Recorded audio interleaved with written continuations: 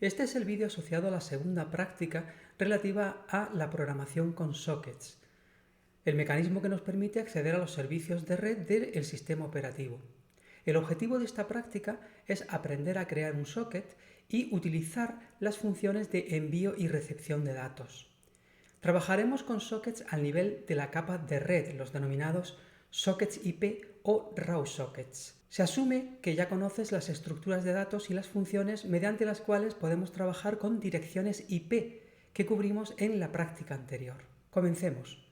Un socket es una estructura de datos mantenida por el sistema operativo que facilita el acceso a las interfaces de red de un ordenador. De manera análoga a como el handle o el identificador de un archivo facilita el acceso al sistema de archivos. Si este último se obtiene con la función fopen, a la que hay que indicar la ruta del archivo, modo de apertura, etc., un socket se obtiene con la función socket. Según los parámetros que entreguemos a esta función, el socket tendrá unas características u otras. Los sockets estándar son los de la capa de transporte y facilitan el uso de los protocolos UDP y TCP, tal y como estudiaremos en prácticas posteriores. Estos sockets se caracterizan por llevar asociado un número de puerto. Siempre que este no sea un puerto privilegiado, lo que equivale a decir que el número sea superior a 1024, cualquier programa puede abrirlos y comunicarse a través de ellos. Con los sockets IP o raw sockets, que es el tipo del cual nos vamos a ocupar en esta práctica, se facilita el acceso a servicios de más bajo nivel, accediendo a las capas de red y de enlace sin pasar por la de transporte. Esto implica que el uso de estos sockets requerirá unos ciertos privilegios por parte del programa para poder ser ejecutado. Recuerda que los servicios que nos ofrece el protocolo IP son no orientados a conexión, por lo que se reducen al envío y recepción de datagramas, con una comprobación de errores muy básica y sin más verificaciones de si los paquetes son entregados, el orden en que se entregan y otras características más avanzadas que se asocian a los servicios orientados a conexión.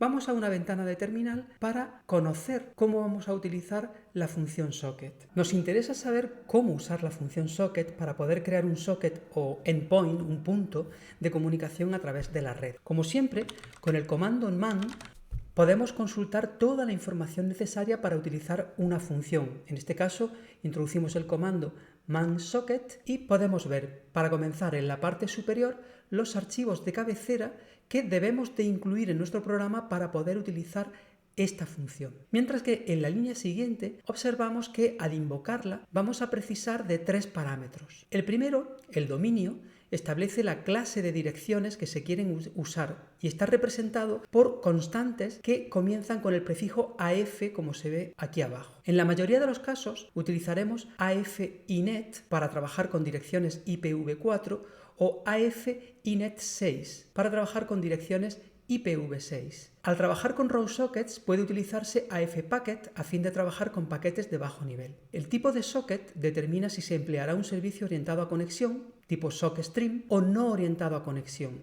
tipo SOCK_DEGRAM.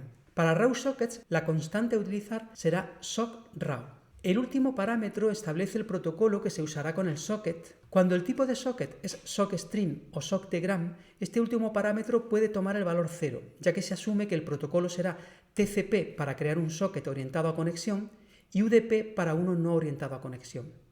Para otros tipos de socket es preciso indicar de manera explícita el protocolo. Veamos en la práctica cómo utilizar esta función para obtener un socket. Con este fin vamos a abrir el programa Crea Socket, que se facilita como parte del guión de esta práctica.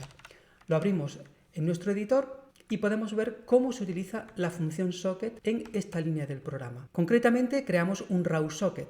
Observa las constantes que estamos utilizando como parámetros para invocar a la función. Esta devolverá el valor -1 siempre que se produzca un error. Para obtener detalles sobre qué error es el que se ha producido, tendremos que consultar la variable erno. Facilitando esta variable a la función strError, obtendríamos una descripción textual del error que podemos mostrar por consola o, como en este caso, utilizarla para lanzar una excepción y que el programa se interrumpa. Al igual que ocurre con los archivos, una vez que hayamos finalizado el trabajo con este socket, es preciso cerrarlo, para lo cual el identificador devuelto por la función socket se entrega como argumento a la función close. Tras compilar el programa, con el habitual comando G++, al ejecutarlo comprobaremos que obtenemos un error. Este error nos indica que la operación que estamos solicitando no está permitida. El problema estriba en que al ejecutar el programa con privilegios de usuario estándar, este no puede acceder a los servicios de bajo nivel de comunicación por red. ¿Cómo podemos solucionar este problema? La primera opción es inmediata: utilizar el comando sudo para ejecutar el programa con privilegios de superusuario. Nos solicita la contraseña y el programa indica que se ha creado el socket satisfactoriamente. Esto, no obstante, es un peligro, por esa misma razón, porque un programa con privilegios de superusuario puede realizar cualquier tipo de operación sobre el sistema. Si este programa tuviese una vulnerabilidad, por ejemplo al procesar datos recibidos desde la red, esto podría permitir a un atacante poner en riesgo el sistema. La segunda opción, mucho más adecuada, consiste en otorgar al ejecutable exactamente los permisos que precisa para su funcionamiento. Con este fin se utiliza el comando setcap, estableciendo los privilegios que se van a asociar a este programa, a creaSocket. De esta manera, el programa, al ser ejecutado, no necesitará el uso del comando sudo, lo podemos ejecutar tal cual y funcionará, pero sin que se ejecute con todos los privilegios de superusuario. Una vez que se dispone del identificador de un socket, obtenido con la función del mismo nombre, la función socket, este puede ser utilizado para recibir datos. Con este fin pueden utilizar distintas funciones, según que el tipo de socket sea uno u otro y que previamente se haya establecido o no una conexión. Para los sockets IP recurriremos a la función redvfrom. Esta precisa los parámetros que puedes ver en pantalla. Al invocarla es preciso entregar lo siguiente. El primer argumento será el identificador del socket devuelto por la función socket, siempre y cuando ésta no haya generado un error.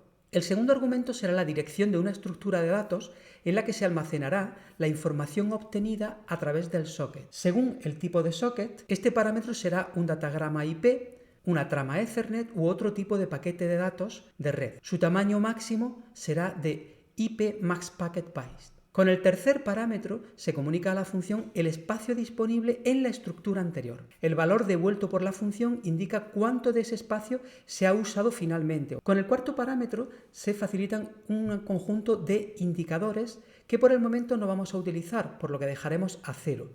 Consulta la ayuda de esta función con el comando man para saber qué valores podemos utilizar ahí y qué implicaciones tiene en el funcionamiento de esta función. Si no es null, el quinto parámetro servirá para que la función almacene en una estructura la dirección desde la que se envió el paquete que acabamos de recibir. El último parámetro debe contener el tamaño de esa estructura que se entrega para almacenar la dirección, tamaño que la propia función actualizará para indicar cuánto de ese espacio se ha usado en realidad. Observa que lo que se facilita es un puntero, no simplemente un valor. De esta manera podemos recuperar la información relativa al remitente del paquete que hayamos capturado.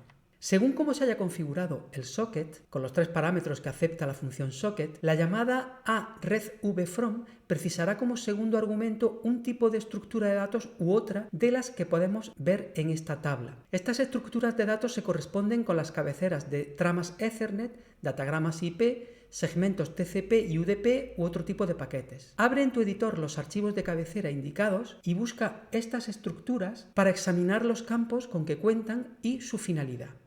Volvamos a la ventana de terminal y veamos en la práctica cómo usar redvfrom para recibir datagramas IP y recuperar de ellos un mínimo de información. Con este fin usaremos el código que encontrarás en el guión y que revisamos ahora en el editor. Abrimos el programa Captura CPP en nuestro editor y vamos a ir hasta la función principal, la función main. En la función main creamos el socket, configurándolo para recibir directamente desde la capa de enlace todos aquellos paquetes que correspondan al protocolo IP por el tercer parámetro que hemos entregado. Al situarnos en la capa de enlace tendremos acceso a los campos de la cabecera IP. Si trabajásemos en la capa de red, esa cabecera la procesaría el sistema operativo y a nosotros nos llegaría directamente el payload del datagrama. Con este socket, en un bucle infinito que tenemos aquí abajo, llamamos a la función de recepción para obtener una trama desde cualquier interfaz de red con la que cuente nuestro sistema. Fíjate en que el cuarto parámetro que estamos entregando a la función de recepción es una estructura de tipo SOCADDR-LL que hemos definido al inicio de la función, esta variable origen. En ella, el campo SLLFindex contiene el índice de la interfaz de red por la que se ha recibido la trama. Esto nos permite discriminar entre paquetes y quedarnos con aquellos que nos interesen. La función examinaFrame, a la cual invocamos siempre y cuando el índice de la interfaz de red por la que hemos recibido el paquete coincida con el que se ha indicado desde la línea de comandos, es la encargada de convertir este vector de caracteres en una cabecera IP, para lo cual tenemos que tomar la dirección inicial, saltar la cabecera de la trama Ethernet para así acceder a la cabecera de IP. Esto nos permite obtener la dirección de origen y de destino del datagrama que estamos procesando, así como identificar a qué protocolo corresponde dicho paquete. En la cabecera IP encontramos, aparte de estos datos, otros más de entre los que hemos estudiado en teoría. Salimos del editor y vamos a compilar el programa y otorgarle permisos para que pueda utilizar raw sockets, tal y como hicimos anteriormente. A continuación, antes de poder ejecutarlo, necesitamos saber cuál es el índice que corresponde a la interfaz de red de nuestro ordenador que nos conecta a Internet. Con este fin vamos a utilizar el comando IPA. Como se aprecia, aquí este equipo cuenta con 6 interfaces de red y la que nos conecta a Internet es esta última, que tiene una dirección IPv4 válida y es el índice 6. Con este dato podemos invocar al programa facilitándole como parámetro el índice de la interfaz de red que nos interesa. Y a partir de este punto, el programa irá mostrando el protocolo del paquete del datagrama que se ha recibido, su IP de origen, su IP de destino y el tamaño. Si ves que no hay mucha actividad en la red, puedes desde otra terminal hacer ping a algún ordenador, abrir tu navegador web o cualquier otra actividad que genere tráfico de red para comprobar la captura de paquetes. Ahora mismo desde otra terminal he hecho ping a un equipo, estoy haciendo ping a un equipo y se pueden ver los paquetes ICMP de respuesta correspondiente a ese ping. El programa se detendrá una vez que pulsemos control C. Con los datos que captura el programa, dado que identificamos alguno de los protocolos que pueden corresponder al payload que se recibe en el datagrama, podríamos ampliar este programa de forma que se convierta el payload al tipo correspondiente de las estructuras de datos que hemos visto antes para acceder a la cabecera del paquete ICMP, TCP, UDP y extraer de ahí información adicional para mostrarla por consola. Para enviar paquetes de datos al nivel de la capa en la que estamos trabajando, se recurre a la función sendTo. Para sockets orientados a conexión hay opciones más sencillas, como tendremos ocasión de comprobar en una práctica posterior. Al llamar a sendTo facilitaremos los parámetros que se aprecian en esta diapositiva. El primero será, como en el caso anterior, el identificador del socket devuelto por la función socket. En segundo lugar, la dirección de la estructura de datos que almacena la información a enviar.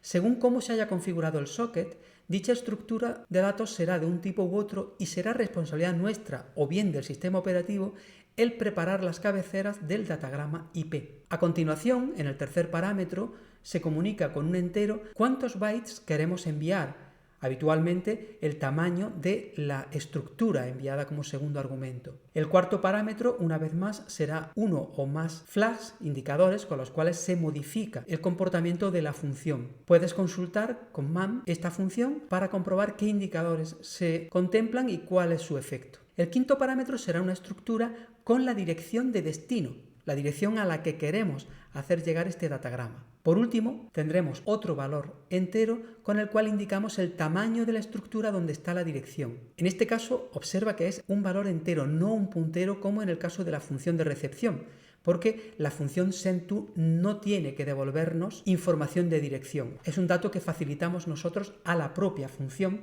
para que realice su trabajo.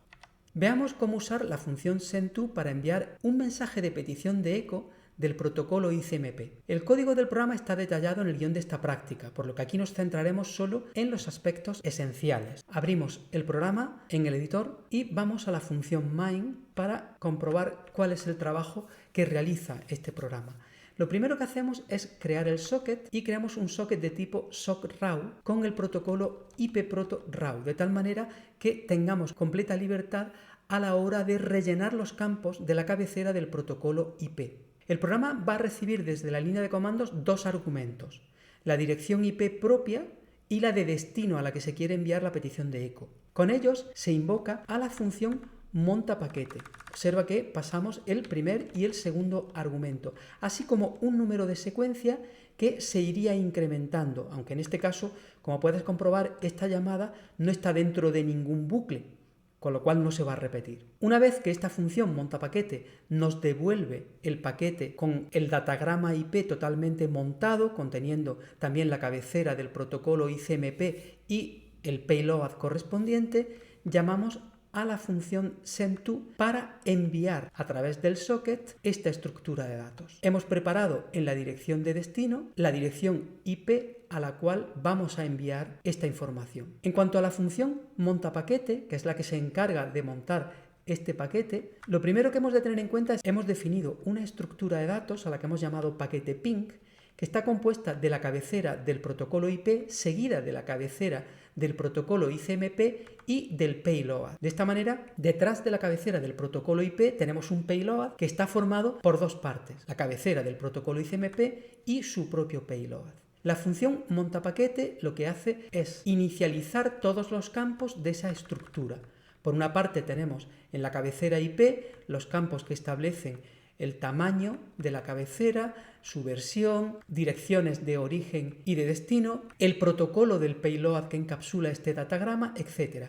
Y dentro de la cabecera ICMP hemos inicializado los campos para solicitar un eco al equipo de destino. El payload de ICMP será una secuencia de números y letras de tal forma que sea fácilmente identificable. Para que este datagrama sea válido y pueda enviarse, es necesario rellenar el campo checksum de la cabecera con el valor adecuado. Con este fin llamamos a la función suma de comprobación que tienes más arriba, que se encarga de calcular el complemento a 1 y lo tienes ya preparado solo para utilizar. Construido el paquete y enviado, siempre y cuando no se devuelva un error, el programa cerrará el socket y terminará. Como en el caso anterior, una vez que hemos escrito el programa, lo compilamos, le damos los permisos correspondientes de ejecución y procedemos a ejecutarlo facilitando las direcciones de origen y de destino. Para obtener nuestra dirección de origen vamos a utilizar una vez más el comando IPA y vemos que nuestra dirección de origen es esta que aparece aquí, 172.26.54.253. También necesitamos la dirección IP del servidor al que deseamos solicitar el eco. Podemos obtener esa dirección con el comando dig de Linux. Por ejemplo, en este caso utilizamos dig con el nombre fcharte.com y obtenemos la dirección IP correspondiente. Con estos dos datos ya podemos ejecutar el programa envía ping facilitándole nuestra dirección IP y la dirección IP de destino. El programa en sí no facilita ningún tipo de salida, se limita a enviar el paquete de solicitud de eco a la dirección IP de destino, por lo que, tal y como se indica en el guión, necesitarás utilizar el programa Wireshark, abrir Wireshark, iniciar una captura y a continuación ejecutar este programa varias veces para comprobar cómo se envía la petición de eco y cómo el equipo al que se ha enviado devuelve la correspondiente respuesta. Con lo que hemos visto en este vídeo y las indicaciones del guión en PDF, ya estás en disposición de acometer el desarrollo de los diferentes ejercicios que se proponen en dicho guión. No olvides incluir todas las respuestas a las cuestiones planteadas, así como las capturas de pantalla y el código fuente de los distintos programas.